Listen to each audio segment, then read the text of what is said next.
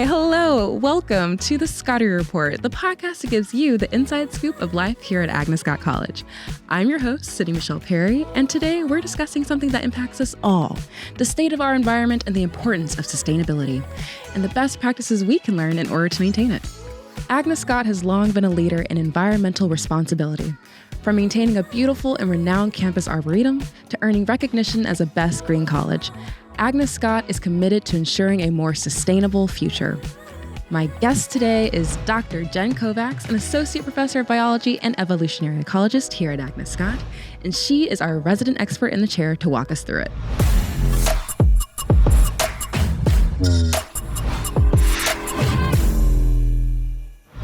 So to talk about environment, sustainability, we have a very special guest today. Please welcome Dr. Jen Kovacs. Hello, Dr. Jen. Hello. Please tell us a little bit more about yourself. Who are you? What do you do here at Agnes Scott? Yeah, sure. Hi. My name is Jen Kovacs. I am a biology professor. I also am a co-director of our Environmental and Sustainability Studies program. I teach a lot of the ecology courses as well as intro bio. And I also, work very closely with the Center for Sustainability in a lot of the classes that we teach. Awesome. Well, on the topic of sustainability, what does Agnes Scott do? Where are we on this global issue? Yeah, we actually are leading the charge as far as colleges go in a lot of ways. We've done a lot of innovative things, mainly through our Center for Sustainability. We put sustainability right in our mission, and I think that affects a lot of the operations that we have here on the campus, both in the classroom and outside of the classroom. And so we've kind of carved our niche in how to do this and do it well and lead by a lot of examples that we've done. So the campus here at Agnes Scott extends out into the community. It extends, into the classroom, and we try to have a lot of involvement, both, inside. And I deal a lot with the students. So I think a lot about what the students are doing. And we try to, involve students as much as possible. But, we have sort of these bottom-up approaches to sustainability as well as a lot of the top-down. And I think it works really well. Well, you said you graduated in 2002. Yeah. So from 2002 to 2025, how has sustainability evolved? Yeah, I mean, it is definitely an evolution. So, I think realistically, a lot of the goals have turned to one of resilience with really the understanding that climate change is happening and it's going to affect us all. And really, Agnes Scott's goal is to help our community and help our community members be as resilient to those changes that come with climate change as possible. So focusing on things like extreme heat and making sure that we can provide the community with the resources and the knowledge to weather these climate-induced problems and unfortunately potentially disasters that are going to come in the future with that. But to switch gears a little bit, one of the most beautiful things, one of my favorite things on campus are the trees that we have. They're definitely part of our resilience plan too. They make us more resilient, those trees. Yeah. Well, we're also recognized as an arboretum. Yeah. Learn that word. Can you tell the folks out there what an arboretum is and how Agnes Scott is one? Oh, yeah. Now, actually, let me look up the numbers because it's actually, it's pretty impressive when you get down. So, when you come to campus, you see our trees, and our trees are always one of our favorite selling points. And I remember, when I was a student, they were some of my favorites. Everyone's got their favorite tree on campus, right? Which one is your favorite? I don't know. The big magnolias out by Campbell are always really pretty, right? Yeah. And kids love to climb on them. They're always one of those things.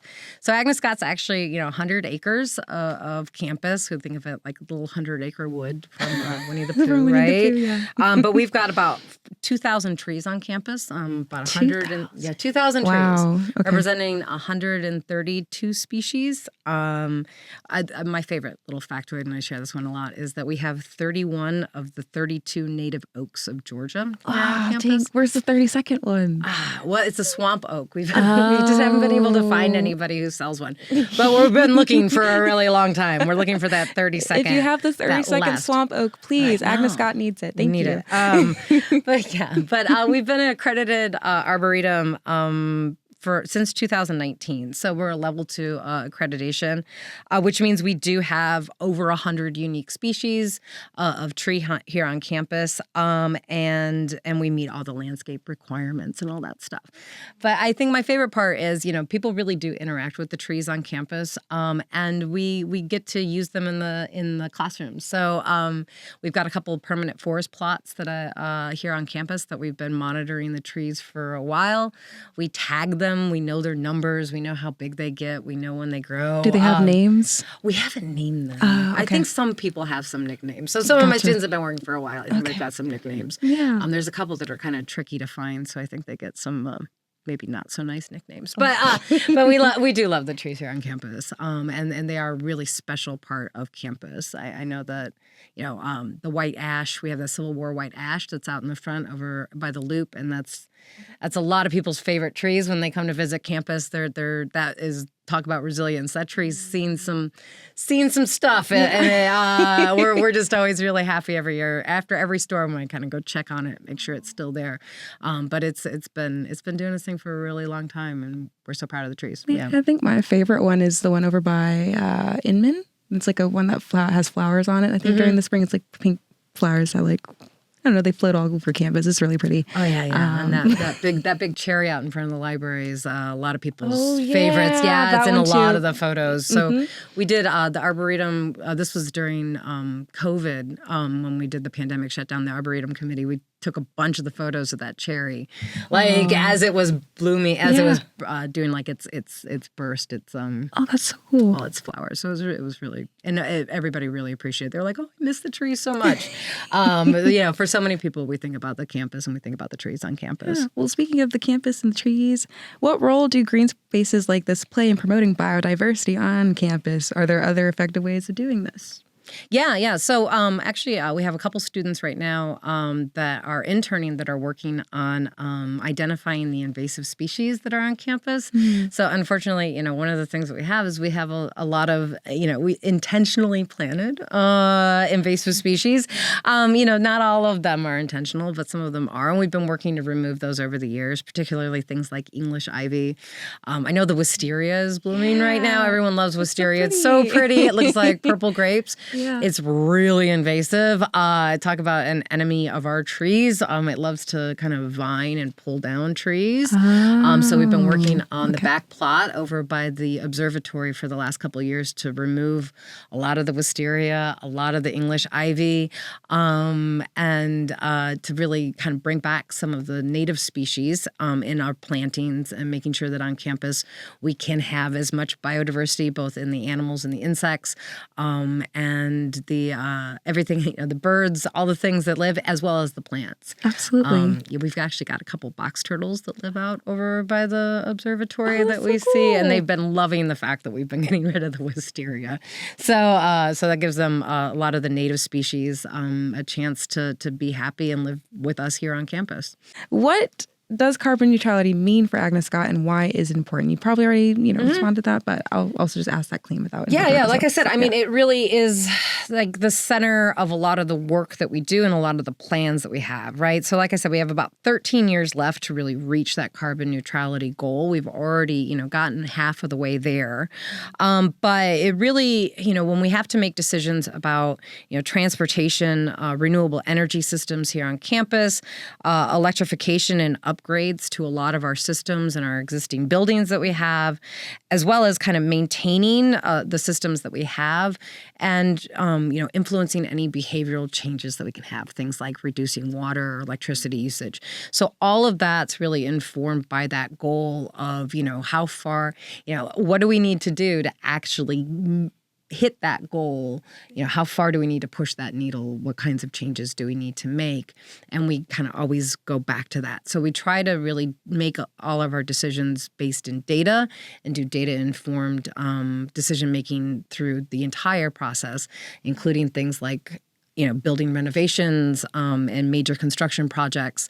And then also things like with the steam plant, trying to clean out the steam plant, how can we make sure that those things that we're removing aren't going into the landfill, right? So waste diversion and all of that. So, it really does come around that idea of not just sustainability, but this carbon neutrality. Yeah. And you guys aren't doing this alone. You're also collaborating with the city of Decatur. Yeah. That's really exciting. Can you tell us more about that? Yeah, the climate resilience plan, I think, and the one that we share with City of Decatur is really, really special. So we're one of the few colleges in the nation that has its climate resilience plan and developed it in conjunction with the city that they're in. And so we have a really wonderful working relationship with the City of Decatur and the City of Decatur's Climate Resilience Plan.